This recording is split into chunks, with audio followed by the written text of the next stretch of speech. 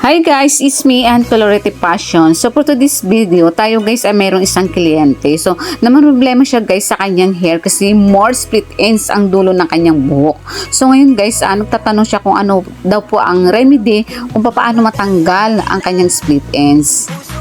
So yan guys, atin pong i-makeover ang hair ni ma'am. Kulayan muna natin bago natin po siya haircutan. Kasi haircut lang guys sa mga katanggal sa mga mayroon pong split ends. So ayan na guys, tapos ko na siyang kulayan at hinarcutan guys. So ayan, ang ganda na ng outcome ng buhok ni ma'am. So nawala ng mga split ends niya at shiny at so straight na mga palangga.